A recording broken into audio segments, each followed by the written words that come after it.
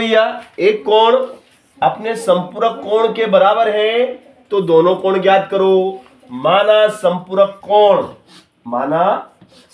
कोण x है, x degree है तो इसको हमने कोण a मान लिया, इसको हमने क्या मान लिया, कोण a मान लिया, और दूसरे कोण को हमने b मान लिया।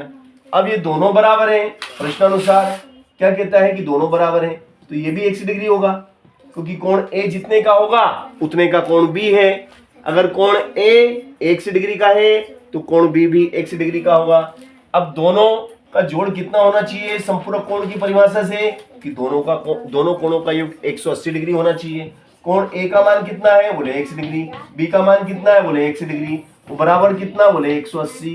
तो एक x डिग्री और एक x कितना हो गए, 2x हो गए। तो देखो ये मैंने लिख दिया 2x, है ना, ये हमने लिख दिया 2x बराबर कितना, 180।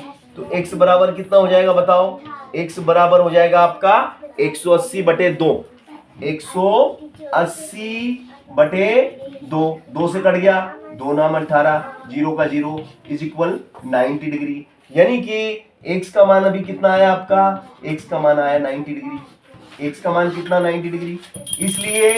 इसलिए कोण A बराबर कोण B बराबर 90 डिग्री, 90 डिग्री हो गया, ठीक है ना।